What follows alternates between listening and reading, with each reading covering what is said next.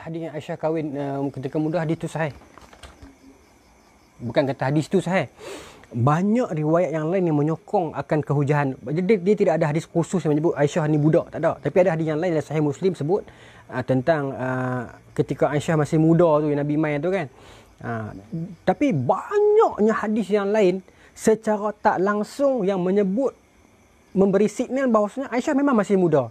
Contohnya hadis fitnah Aisyah yang kita baca sebelum ni tu. Hadis tu pasal fitnah. Okey, tetapi secara tak langsung hadis tu sebut Aisyah kata inni kuntu jariyah, masa tu aku masih budak kan. Hadis Husin kan, aku masih budak, masa umur masih budak. Maka banyaknya hadis-hadis yang lain ni walaupun tak secara langsung, indirectly it give a signal that memang Aisyah masih muda. Okey, banyak. Sebab tu tak boleh untuk kita demi nak lawan dengan orang orientalis, demi nak lawan dengan orang putih, kita nak kata oh Aisyah bukan budak, Aisyah memang 25 tahun. Tak boleh. Tak ada, bukan tak lepas dada. Tak ada ruang untuk kita kena tunduk mengalah dengan orang putih sampai nak kena ikut bahasa mereka. Mereka nak suruh kita kata Aisyah tu umur 25. So kita pun akan carilah hadis-hadis yang lain mengatakan Aisyah memang 25. Sedangkan banyaknya hadis-hadis yang lain menyebut Aisyah memang budak. Tapi budak di sudut Arab 9 tahun besar dah. 9 tahun dah matang dah. Kan? Bukan kata tak, itu bukan kata bab tak lapang dada. Itu bab terlalu banyaknya hadis yang menyebut tentang Aisyah itu memang belia ramai budak. Okey. Tapi orang putih nak suruh kata juga. Malangnya kita pergi ikut telunjuk orang putih, kita nak oh macam tu memang 25 kot. Kita pun pergi cari beberapa riwayat lain ni yang tak sebut khusus, maka kita katakan memang betul ya Aisyah memang 25. Nampak tak kita tundukkan kehendak orang putih? Kita kena kuat dengan stand kita. Sebab saya pun dulu macam tu. Tapi bila saya dah masuk dalam dunia ni, saya tengok, terlalu banyak yang menyebut tentang usia Aisyah yang muda kecil. Maka kita tak boleh lari dah pada benda tu. Okay? Dan apa yang kami buat adalah, bukan kami buat lah, lecturer kami buat, tapi kami bincang dalam kelas, Dr. Suraya. Mencari pula dalam tamadun yang sama, di barat, di Eropah, di England semua ni, 90% princess mereka kahwin umur bahkan 7 tahun. Okey, masa tu doktor list kat kami dalam 10 nama. Saya simpan rekod tu ada dalam saya punya laptop. 10 nama puteri-puteri Kristian, antaranya Isabel, bukan Isabel yang dulu, Isabel satu lagi kahwin umur 7 tahun dengan King, aduh saya tak ingat dah, tahun lepas punya semester tu. King apa nama dia? King tu umur 60. Dia umur 7 tahun. Sampai, maaf sebut lah, malam pertama tu dia mati kot. Begitu banyak. Di Eropah lagi dahsyat. Puteri umur 6 tahun. Kan? Maknanya, mereka nak tutup mereka punya kecurangan, keaiban mereka ataupun yang mereka malu, mereka nak blame kita. Kan? Maka kita kena kuat dengan stand kita. Bukan saya faham, saya yang paling banyak menganjurkan untuk berlapang dada. Tapi dalam bab ini kita berlapang dada untuk mempertahankan prinsip kita. Okey, ada 4-5 orang, lebih 10 orang bah. Puteri-puteri Eropah ni yang menikah umur 7 tahun, umur 6 tahun, umur 5 tahun pun ada. Terlalu banyak dalam catatan sejarah. Salah seorang saya ingat nama dia Isabel lah. Kalau benda tu isu masa tu, mestilah ada banyak riwayat yang lain yang menyebut tentang orang kritik Nabi tentang perkahwinan Aisyah. Kalau benda itu adalah isu masa tu, maka akan ada menjadi buah mulut orang Yahudi dalam kalangan penduduk Madinah. Okey? Tak ada. Maksudnya bukan isu besar zaman itu. Bahkan, ini saya buktikanlah hadis yang sahih. Masa Nabi bukan Nabi Piminang, ada satu perempuan Piminang Aisyah, hadis ni sahih. Aisyah dah pun bertunang. Aisyah dah bertunang dah. Tak silap saya, lelaki tu nama apa? Saya tak boleh reka, saya takut saya silap. Tapi lelaki tu dah bertunang dah. Lelaki tu dah bertunang dah. Di Mekah. Mekah. Saya takut saya silap. Tapi dah bertunang dah. Lepas tu ada kes, ada krisis putih tunang. Okay. Bermaksud, bukan benda yang pelik. Masa satu orang sahabiah perempuan ni pergi tanya Abu Bakar, masa tu Aisyah dah pun bertunang dah.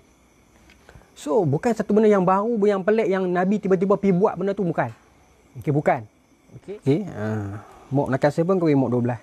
Saya tak ingat nama raja-raja tu, tapi kami diberikan senarai tu oleh Dr. Suraya untuk kami kaji tu lepas. Rupanya banyak orang puteri-puteri Eropah yang kahwin sangat muda belia. Kita terlalu mengikut mereka. Sedangkan mereka buat kerja tu juga. Okay, sedangkan dia macam ni lah tuan-tuan. Apa sahaja yang berlaku kepada kehidupan Nabi pasti ada hikmah dan takdirnya. Hikmah terbesar Aisyah muda adalah kerana apa? Setelah Nabi dah tak ada, beberapa tahun selepas itu Aisyah menjadi guru, meriwayatkan banyak hadis kepada para sahabat yang lain. Menjadi saksi mata, menceritakan kepada para sahabat yang lain, menjadi guru kan.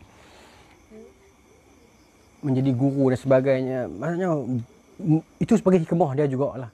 Okay. Bila dia muda, dia meninggal lambat sikit daripada orang lain, maka dia jadi guru yang hebat, yang besar, yang ramai para sahabat menumpang manfaat daripada beliau, para tabi'in menumpang manfaat daripada ibu kita Aisyah. Hikmah dia sebegitu banyak. Okay. Dia not just kita lihat di sudut umur itu, kita lihat di sudut hikmah itu. Okay. Sahabat-sahabat yang meninggal lambat ini. Okay. Anas bin Malik kan. Yang banyak para tabi'in menumpang ilmu daripada mereka. Siti Aisyah, bahkan Siti Aisyah ibu kita pernah duduk serumah dengan Nabi, sebilik dengan Nabi.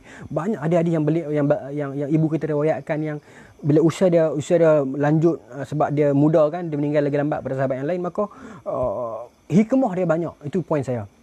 Ada yang bising pasal sel marriage. Macam ni. Kita kena faham konteks. Okey, kita kena faham konteks. Mungkin dalam konteks zaman Nabi mereka telah matang pada usia itu.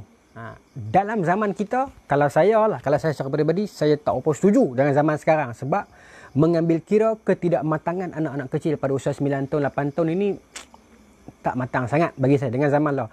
Sebab tu kita kena tengok hadis based on konteks. Kita jangan pakai, Nabi kahwin, Aisyah umur 8 tahun, 9 tahun ni, kita boleh kahwin juga umur 9 tahun sekarang. Dia ada konteks dia. Itu konteks zaman Nabi dan itu juga wahyu, itu juga ditakdirkan Allah. Maka Nabi mimpi Aisyah kan, maka Allah, itu arahan Allah Ta'ala.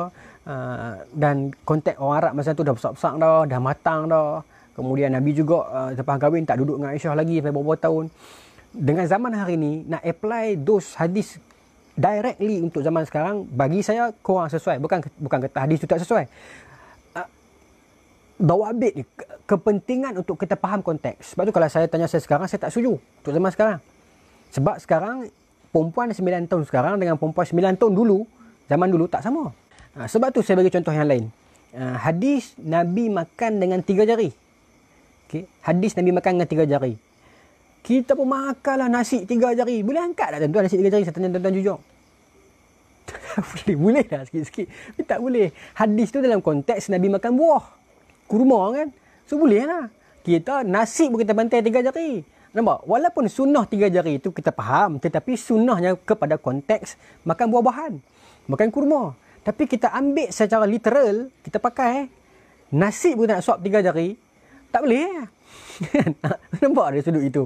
Maknanya pentingnya untuk memahami nas hadis, teks dan konteks dia.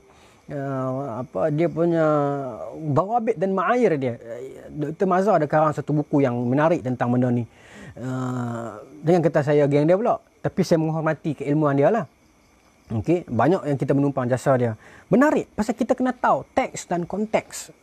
Kalau tidak kita akan ambil literal, maka kita akan pakai suka hati kita. Nampak kesan dia?